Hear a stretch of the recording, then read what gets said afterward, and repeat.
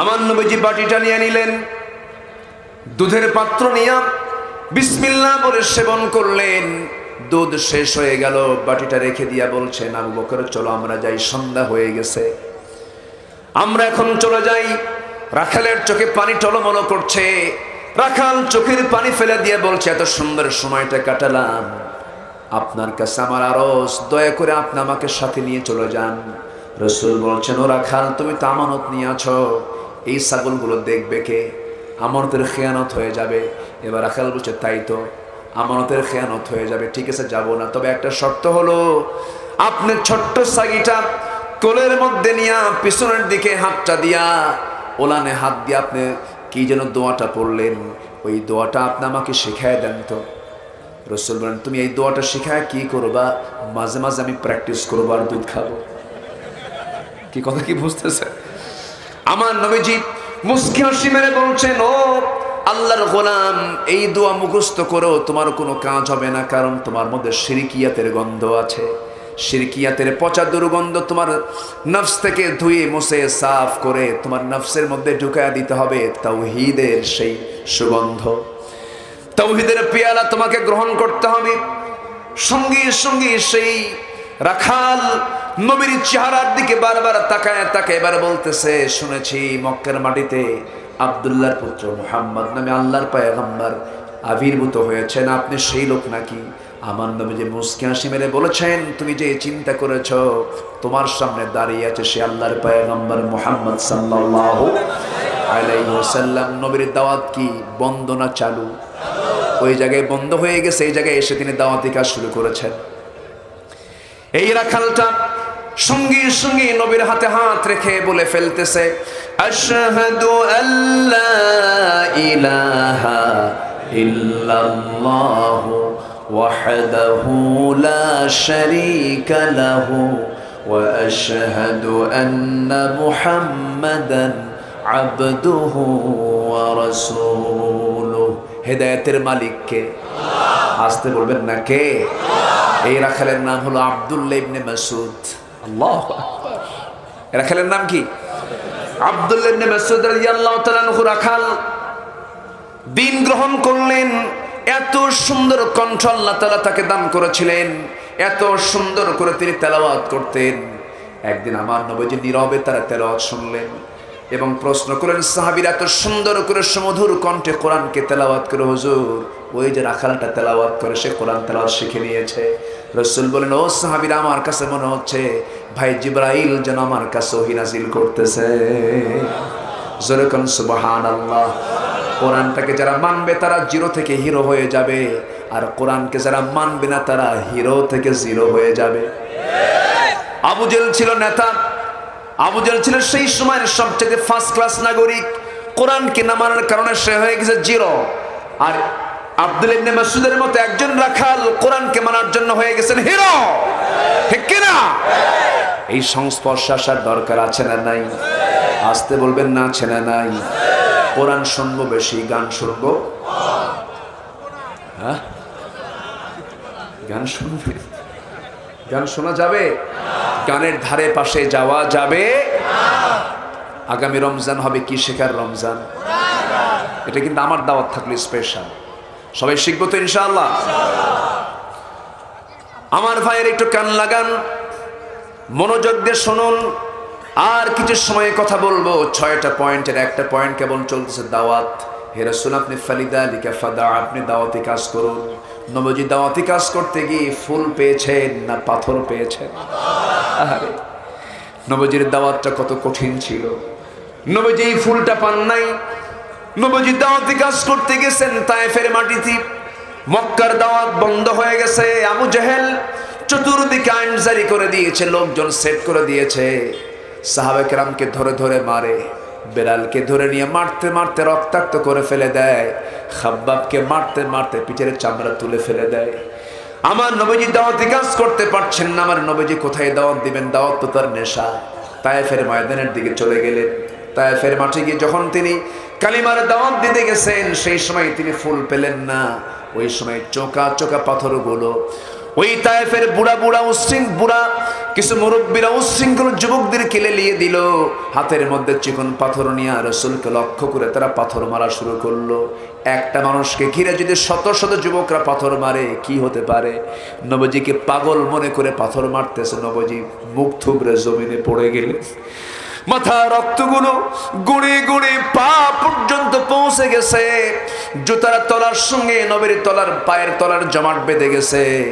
নবীজির পাশে কেউ নাই, সবাই ভেবেছে মুহাম্মদ বুঝি দুনিয়া থেকে বিদায় নিয়ে নিয়েছে। কিছুক্ষণ পর হুঁশটা ফিরল, এদিক সেদিক তাকায় দেখেন কেউ নাই।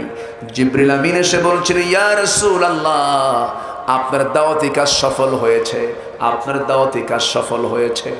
কিন্তু হে রাসূল, আল্লাহ আমাকে পাঠিয়ে দিয়েছেন, আপনি যা বলবেন তাই হয়ে যাবে। এই তায়েফের মানুষকে শেষ করে দেওয়া হবে, আপনি যা বলবেন তাই হবে।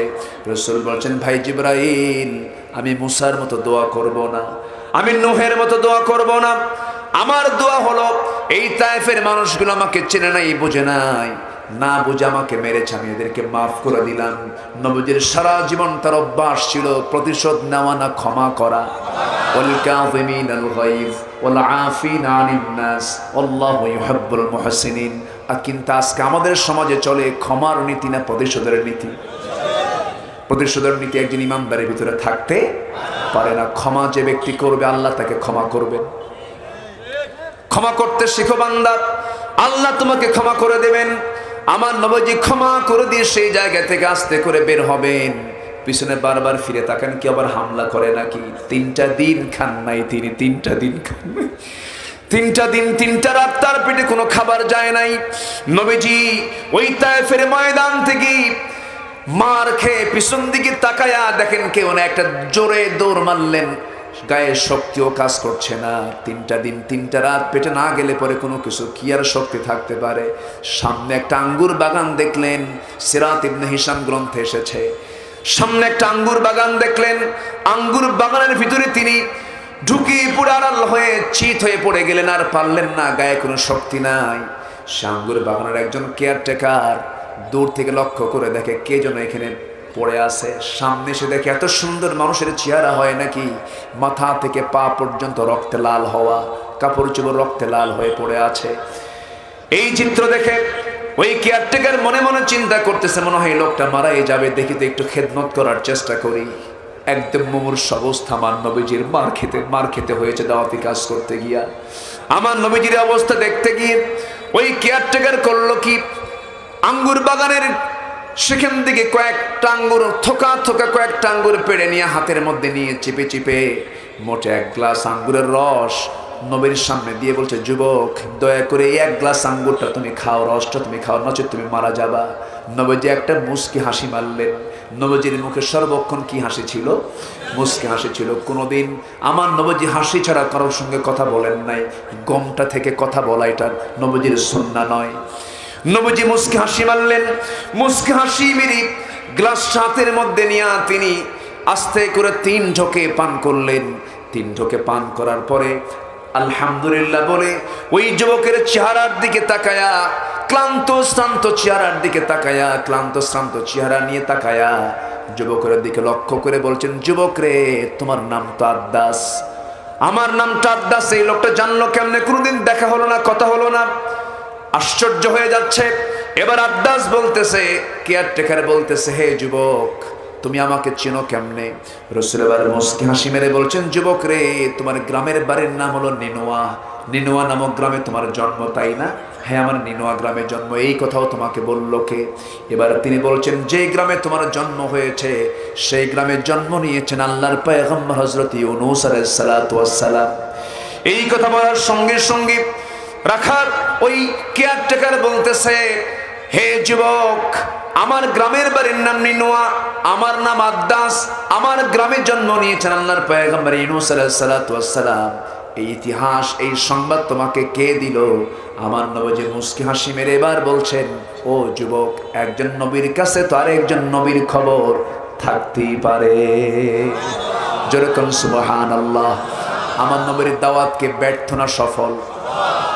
চলে গেছেন মরু অঞ্চলে, ইবনে মাসউদকে টেনে বের করে এনেছেন। এবার দেখেন ওই আঙ্গুর বাগানের কেয়ারটেকারটা এবার বলতেছে, তোমার পরিচয়টা কি?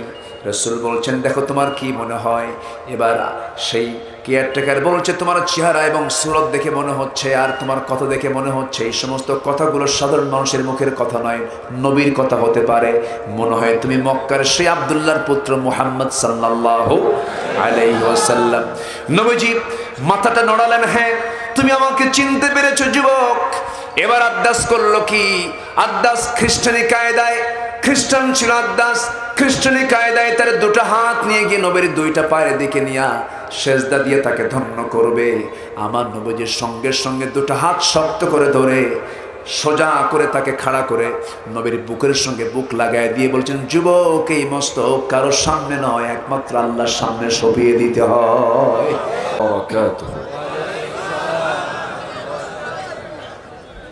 إن الحمد لله الأكرم الذي خلق الإنسان وكرم وعلمه من البيان ما لم يعلم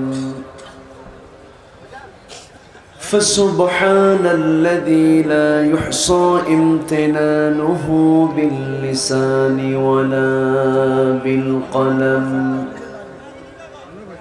نشهد أن لا إله إلا الله وحده لا شريك له ونشهد أن سيدنا وحبيبنا ومولانا محمدا عبده ورسوله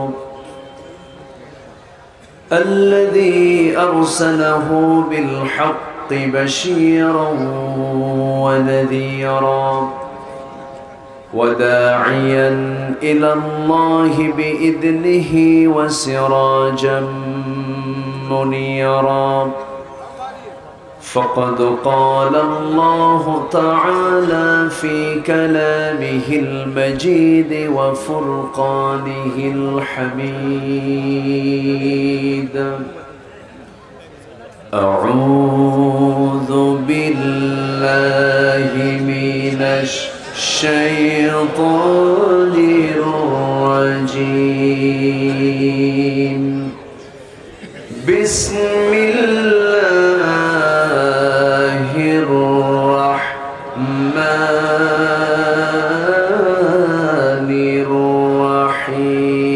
الرحيم فلذلك فادع واستقم كما أمرت ولا تتبع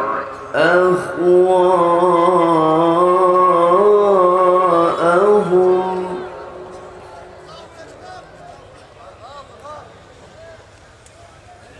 وقل آمنت بما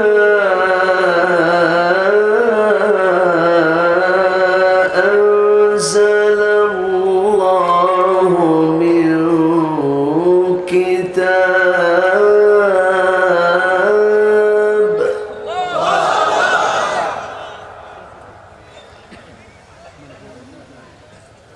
وأمرت لأعدل بينكم الله ربنا وربكم لنا أعمالنا ولكم أعمالكم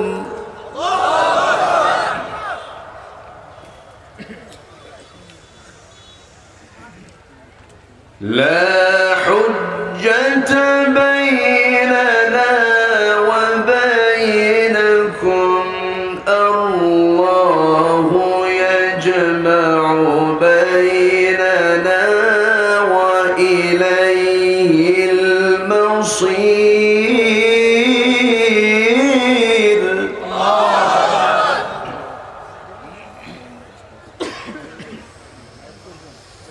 الله يجمع بيننا وإليه المصير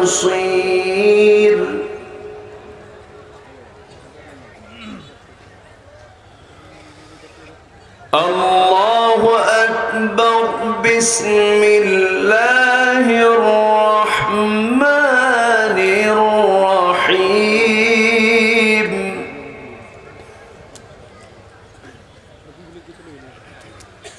إن الله وملائكته يصلون على النبي يا أيها الذين آمنوا صلوا عليه وسلموا تسليما اللهم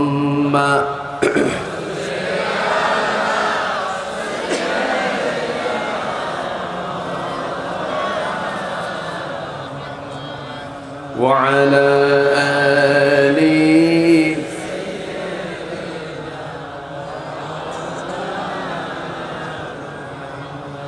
একটু মোহাব্বত দিয়ে নবীর প্রেমে মাতোয়ারা হয়ে জবান খুলে আওয়াজ দিয়ে সবাই বলুন আল্লাহুম্মা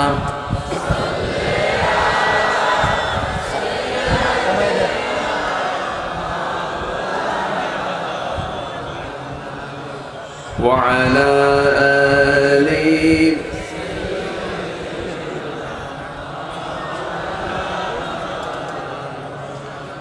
তাইফের কথা ভেবে কাঁদে শুধু দোনয়ন এমন দরদি পেতে কাঁদে মন অনুক্ষণ কাঁদে মন অনুক্ষণ ওহুদে দাঁত হারা আহমদ যখন লৌহ মাখা কিয়ামতে উঠবে তখন জিহাদ না করে কিভাবে দেখাবে তুমি চাঁদ চেহারা রূপে ওয়াতুল আল্লাহুম্মা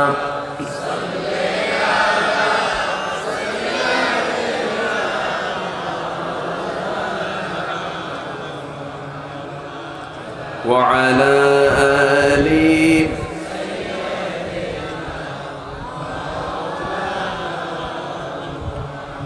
সবাই বলুন বালাগাল উলা বিকামালিহি কাশাফাত তুজা বিজামালিহি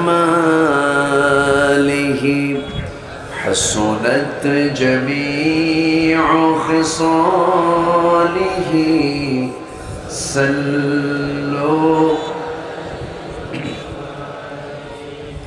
سورة يوسف بدار حكمة لقمان ما قارئ قرآن باري یہ دل سادمان ما بلغ العلا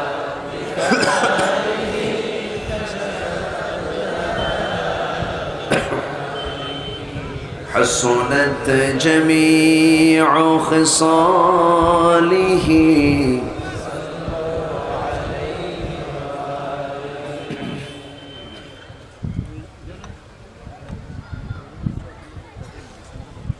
নোয়াখালী অঞ্চলের ফেনী জেলার দাগনভূঞা উপজেলার পৌর এরিয়ার উত্তর শ্রীধরপুর বাইতুল শরফ জামে মসজিদ মাহফিল ইন্তেজামিয়া কমিটি কর্তৃক আয়োজিত সপ্তম বার্ষিকী তাফসীরুল কোরআন মাহফিল আজকের এই মহৎ আয়োজনের সম্মানিত সুযোগ্য সভাপতি বয়োবৃদ্ধ জ্ঞানবৃদ্ধ জনাব হাজী আব্দুল আউয়াল সাহেব, আজকের এই মাহফিলের সম্মানিত প্রধান অতিথি উপজেলা চেয়ারম্যান মহোদয় জনাব দিদারুল কবির রতন সাহেব,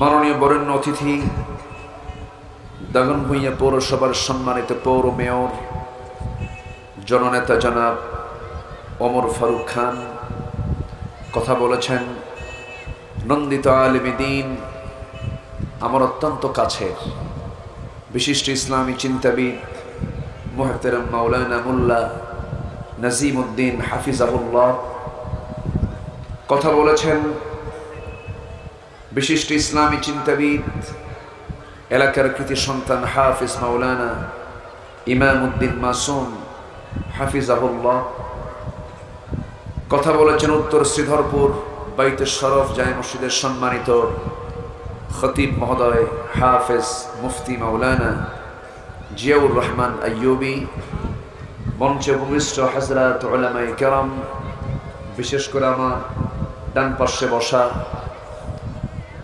নন্দিত আলেমে দ্বীন আমার অনুজ মুহতারাম মাওলানা শেখ মুজাম্মিল হক আজহারি হাফিজাহুল্লাহ, সামনে উপস্থিত দূরে কাছে বিভিন্ন স্থান থেকে ছুটে আসা কালেমার ঝান্ডাবাহী তাওহীদের পতাকাবাহী দ্বীন ইসলামের নরসারদুল বীর মুজাহিদ প্রাণ প্রিয় সম্মানিত দ্বীনি ভাইরা, আড়ালে বসে আছেন শ্রদ্ধেয়া সম্মানিতা মা বোনেরা, আলোচনার সূচনায় আনুষ্ঠানিকতার মধ্য দিয়ে আমার পক্ষ থেকে আবারও দিল খোলা সালাম, আসসালামু আলাইকুম ওয়া রাহমাতুল্লাহি ওয়া বারাকাতুহু। সবাই কেমন আছেন? আমাকেও প্রশ্ন করেছেন যে আল্লাহ তাআলা আমাকে আপনার কাতারই রেখেছেন, আল্লাহ পাক আমাকে ভালো রেখেছেন, আলহামদুলিল্লাহ ভালো আছি। এত বড় একটা বরকত সাথে নিয়ে সারাদিনের সকল কাজকর্মের সমাপ্তি টেনে ইতি টেনে ক্লান্ত শ্রান্ত পরিশ্রান্ত দেহটাকে স্বস্তি দেবার জন্য এই নাতিশীতোষ্ণের এই সুন্দর ঋতুর রাজা বসন্তের এই আরামের বিছানার দিকে আস্তে আস্তে যখন চলে যাব আমরা, ঠিক সেই মুহূর্তে বসে আছি কোরআনের টানে জান্নাতের বাগানে।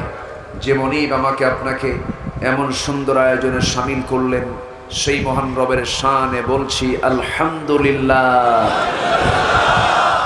আবারও বলছি আলহামদুলিল্লাহ।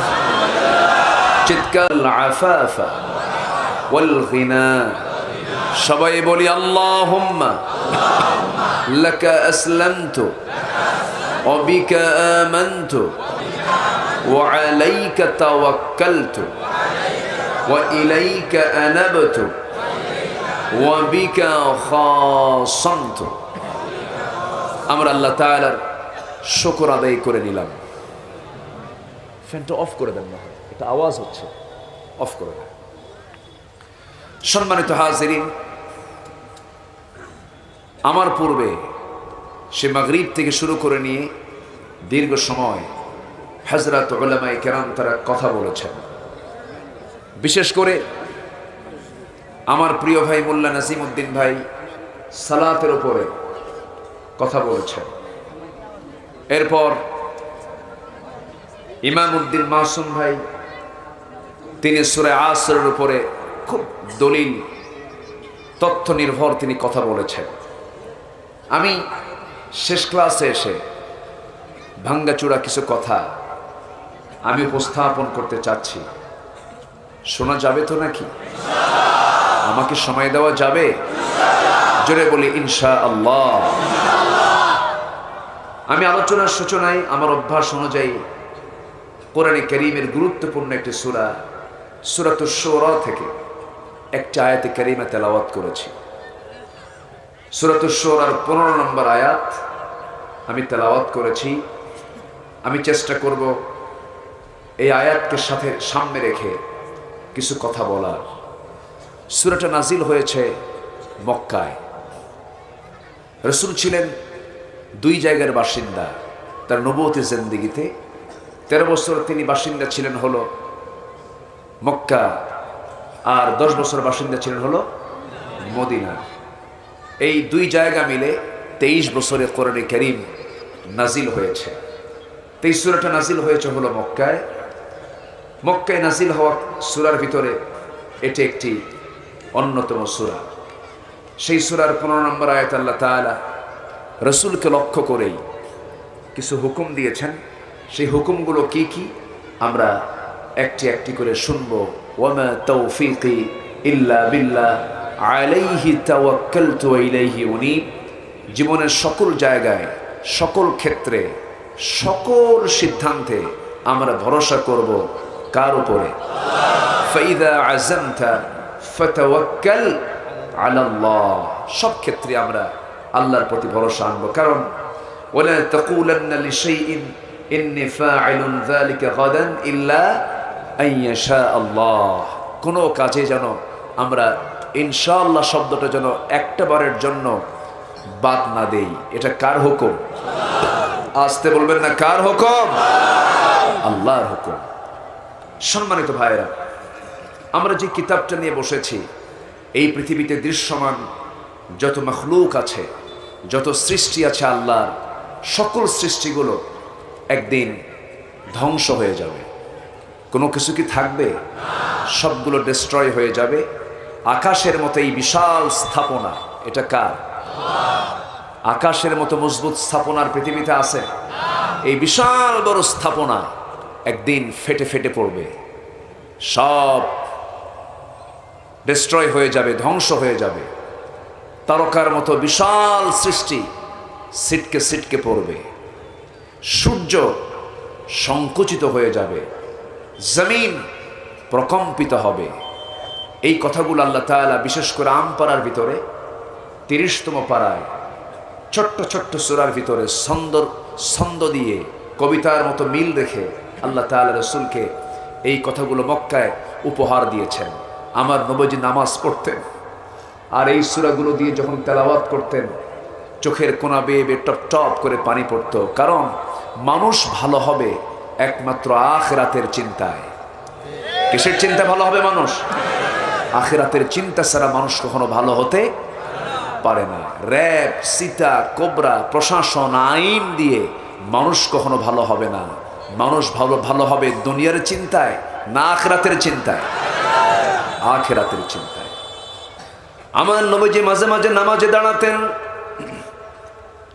বিশেষ করে এই সূরাগুলো যখন পড়তেন, কিয়ামতের সূরা যখন পড়তেন, ইদাস সামাউন ফাতারাত ওয়া ইদাল কাওয়াকিবুন তাসারাত ইদাশ শামসু কুওয়িরাত ওয়া ইদান নুজুমুন কাদারাত ইদা যুলজিলাতিল আরদু জিলজালাহা وأخرجت الأرض أثقالها وقال الإنسان ما لها। আকাশ ফেটে ফেটে পড়বে, তারকাগুলো ছিটকে ছিটকে যাবে, জমিন প্রকম্পিত হয়ে যাবে, জমিন তার ভিতরে রেখে দেওয়া সব কিছু গিরণ করে দেবে, বের করে দেবে। মানুষ এই সমস্ত দৃশ্য দেখে সেদিন বলবে, অকাল আল ইনসানু মা লাহা। এগুলো কি হলো? এত পরিকল্পনা, এত সাজানো গোছানো সব কিছু করলাম, সব তো আজকে মাটির সঙ্গে মিশে গেল, কোনো কিছুই থাকলো না। আমার বন্ধুগণ, দুনিয়ার সমস্ত দৃশ্যমান যত মখলুক সব শেষ হয়ে যাবে, একমাত্র কেবলমাত্র শুধুমাত্র ঠিক থেকে যাবেন তিনি কে? আমার আল্লাহ ঠিক থেকে যাবেন। আল্লাহ রাব্বুল আলামিন তার পরিচয় দিয়ে তিনি এক জায়গায় বলছেন, কুল্লু মান আলাইহা ফানি ওয়া ইয়াবকা ওয়াজহু রাব্বিকা যুল জালালি ওয়াল ইকরাম।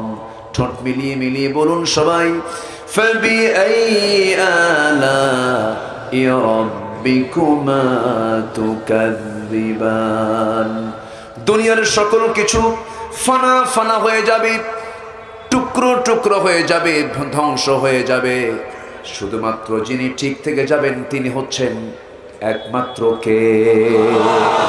তার কথা হলো কালাম, আল্লাহর কালাম কোরআন। কোরআনও ঠিক থেকে যাবে, কোরআন কোনোদিন নির্মূল হবে না। কোরআন কি নির্মূল করার জন্য যারা ষড়যন্ত্র করবে, কোরআনের বিরুদ্ধে যারা অবস্থান করতে যাবে, তাদের অবস্থাটা হবে ফেরাউনদের মতো, হামানদের মতো, নমরুদদের মতো। এটাই ইতিহাস। এটা কি ইতিহাস? পৃথিবীতে হক আর বাতিল পৃথিবীর চিরন্তন একটি দ্বন্দ্ব। যেখানে মুসা সেখানে ফেরাউন, যেখানে নমরুদ সেখানে ইব্রাহিম, যেখানে রসুল সেখানে আবু জেহেল, যেখানে হক সেখানে বাতিল। যাকাত এবং সুদের একটা ধাক্কি আছে না নাই? আজকের সমাজে কোনটা চালু? সুদটা চালু আছে, যাকাত তো নাই। যাকাত হয়ে গেছে জরিমানা। যাকাত হয়ে গেছে কি জরিমানা। আল্লাহর কাজ নেই, কাম না, আল্লাহ আমাদেরও ট্যাক্স বসায় দিচ্ছে। এই জাতীয় কথা কিন্তু বলে অনেকে, বলে। তাহলে যাকাত হয়ে গেছে জরিমানার মতো, আর সুদ হয়ে গেছে হলো এদেশের অর্থনীতির মূল একটি মাধ্যম। আমরা আরো অবাক হই, সুদের যারা মহাজন হয় তাদেরকে আবার সুইডিশ একাডেমি ডেকে ডেকে নোবেল পুরস্কারও দেয়। সম্মানিত ভাইয়েরা, ইসলামের বিরুদ্ধে যে যত বেশি কথা বলতে পারবে, প্রেজেন্ট ওয়ার্ল্ডের যারা মোড়ল, যারা গণতন্ত্রের ঠিকাদার, যারা পৃথিবীর মোড়লিপনা করছে, ইসলামের বিরুদ্ধে যে যত বেশি কথা বলতে পারবে, তার ডিমান্ড তাদের কাছে তত বেশি হবে। এজন্য আমাদের এই পৃথিবীর এই সংকটময় সময়ে প্রতিটি মুসলমানের সবচাইতে বড় দায়িত্ব হলো ইসলামের সৌন্দর্যকে, ইসলামকে সবার মাঝে হাইলাইট করা, ইসলামের সৌন্দর্যকে উপস্থাপন করা। কিন্তু ইসলামটাকে যে আমরা উপস্থাপন করব, আমি মুসলমান নিজেই তো ইসলাম বুঝি না। আজকে মুসলমান হয়ে পশ্চিমা তন্ত্র মন্ত্রকে মেনে নিয়েছে। আজকে মুসলমান হয়ে ইসলামকে বাদ দিয়ে দুনিয়ার তৈরি করা মতবাদ, তৈরি করা বিধান, তৈরি করা ইজমকে বিশ্বাস করে নিয়েছে।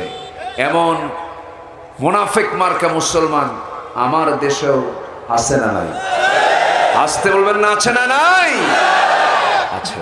শুধু নামাজ পড়লেই মুসলমান হওয়া যায় না। নামাজ নবীর পেছনে মুনাফিকরাও পড়েছে, তাদের নামাজ থেকে জান্নাতে নিতে পারে নাই। এবং কিছু মুসল্লির আল্লাহ তাআলা ধ্বংসও চেয়েছেন। ধ্বংস চান নাই? ফাওয়াইলুল লিল, এখানে কি রহমতের কোনো কথা? ফাওয়াইলুন, তাদের ধ্বংস হোক। ওই সমস্ত মুসল্লি মানে কি নামাজ পড়ে, ওই সমস্ত মুসল্লি কিন্তু আল্লাহ তাআলা তাদের ধ্বংস কামনা করেছেন। কেন? তাদের নামাজ প্রকৃত নামাজ নয়। তাহলে আমরা যদি নামাজি আমাকে হতে হবে প্রকৃত নামাজি। মুসলমান যদি আমাকে হতে হবে প্রকৃত মুসলমান। ইমানদার যদি হয় আমাকে হতে হবে প্রকৃত ইমানদার।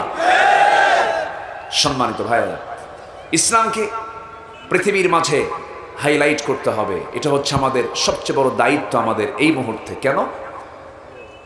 দাওয়াতি কাজ ছিল আমার নবীজির প্রথম কাজ।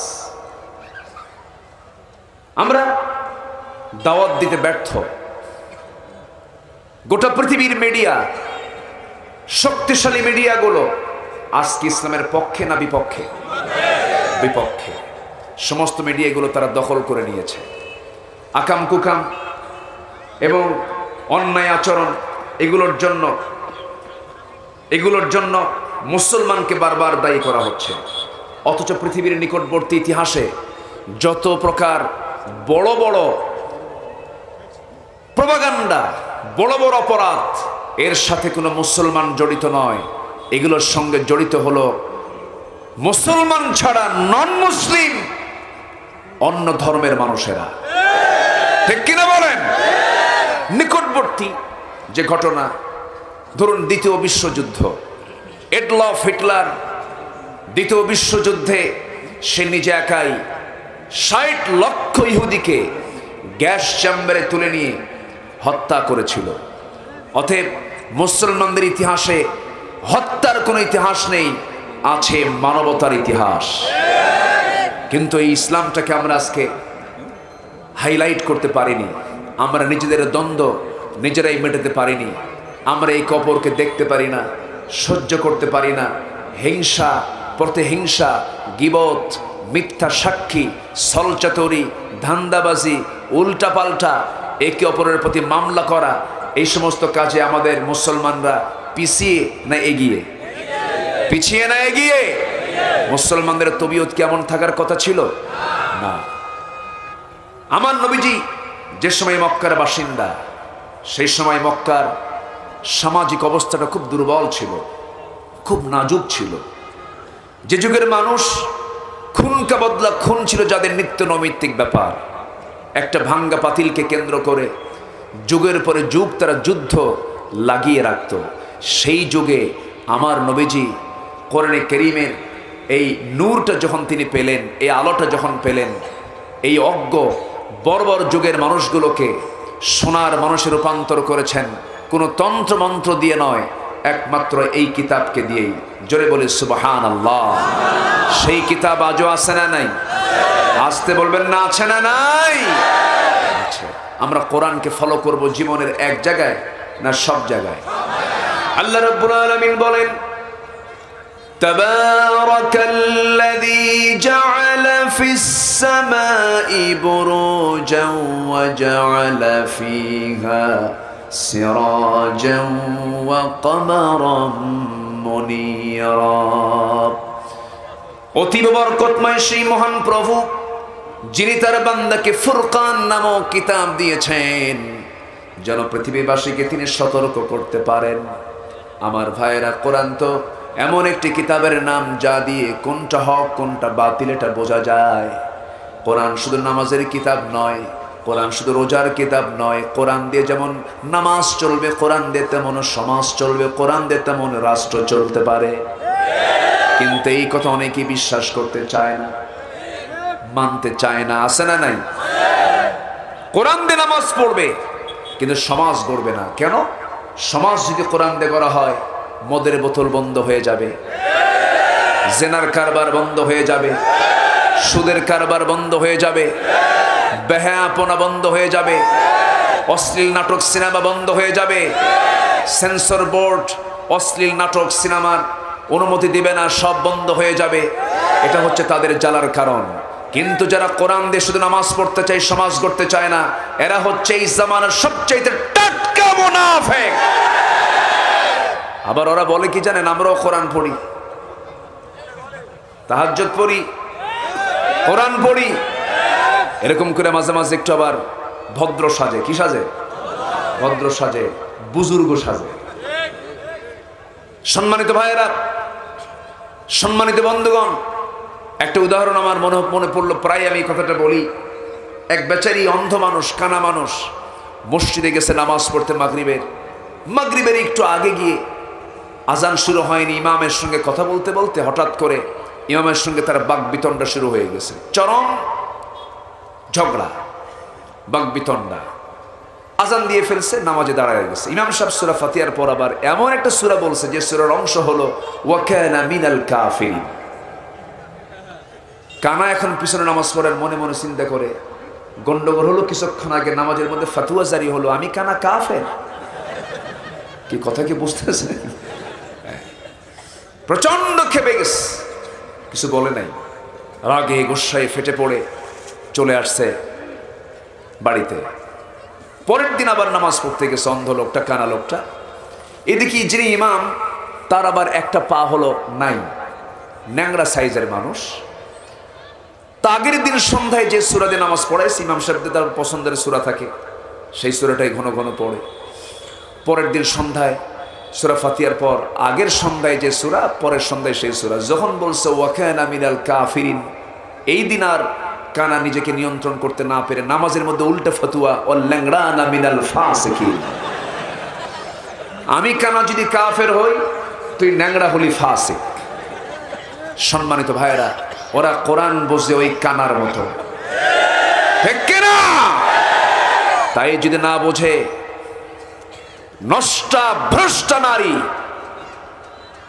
যাদের পেটে বাচ্চা আগে আসে, এরপরে গায়ে হলুদ হয়, এরপরে বিয়ে হয়, কোর্টে হাজিরা দেয়, রাঙ্গানো মেহেদি হাতে নিয়ে 30 পারা কোরআন যাদের সেনায় থাকে, তাদের হাতের শোভা পায় হাত কড়া। বড় আফসোসের বিষয়, কিয়ামতের দিন সবাই আমরা উঠব, কিয়ামতের দিন সবাই আমরা উঠব। আলাইসাল্লাহু বিআহকামিল হাকিমিন, সবচাইতে বড় হাকিম, সবচাইতে বড় বিচারক তিনি কে? আসতে বলবেন না কে? সম্মানিত ভাইয়েরা, আল্লাহর কসম করে বলি, আমি কাউকে গালি দেওয়ার জন্য এখানে আসিনি। তবে আমার কথাকে অনেকে গালি মনে করতে পারেন, কারণ যিনি সুদ খাবেন তিনি তো আমাকে গালি দিবেন, যিনি কাম কুকাম করে বেড়াবেন তার কাছে আমার বক্তব্য ভালো লাগবে না, যিনি জেনার জন্য খুব পাকাপোক্ত উনি আমার কথায় সন্তুষ্ট হতে পারবেন না। আমার নবীর কথায় সবাই সন্তুষ্ট হয় নাই। সন্তুষ্ট না হওয়ার বড় বাস্তব প্রমাণ হলো, নবীর নিজের জন্মস্থানে আমার নবীর থাকা হয় নাই। থাকতে পেরেছেন? হত্যার হুমকি পর্যন্ত দেওয়া হয়েছে, হত্যার হুমিয়া জারি করা হয়েছে। পৃথিবীর সেরা মানুষ, যার সম্মান হলো আল্লাহর পরে, যিনি সকল পয়গম্বরদের লিডার, আল্লাহু আকবার বলেন, যার পিছনে সব নবীরা নামাজ পড়েছেন, সব নবী নামাজ পড়েছেন। বাইতুল মুকাদ্দাস রাসূল যখন ইসরা করলেন, সুবহানাল্লাযী আসরা, রাত্রি ভ্রমণ যখন করলেন, বাইতুল মুকাদ্দাসে গিয়ে আমার নবীজি দাঁড়ায় আছেন। দেখতে পেলেন আল্লাহ তাআলা তার কুদরত দিয়ে সমস্ত পয়গম্বরকে সেদিন বাইতুল মুকাদ্দাসে হাজির করেছেন। সবাই, সমস্ত নবীদের সম্মেলন, এক নবী আরেক নবীকে দেখে, সবাই দেখছেন সবাইকে। জাতির পিতা ইব্রাহিম আলাইহিস সালাতু ওয়াস সালাম সামনে দাঁড়ানো, নূহ আলাইহিস সালাতু ওয়াস সালাম সামনে দাঁড়ানো, সব নবী সেদিন উপস্থিত আমার নবীর সৌজন্যে। সুবহানাল্লাহ বলবেন না? ইমামের মুসাল্লা পড়ে আছে ফাঁকা, ইমামের মুসাল্লায় কে দাঁড়াবে? একজন আরেকজনের দিকে তাকায়।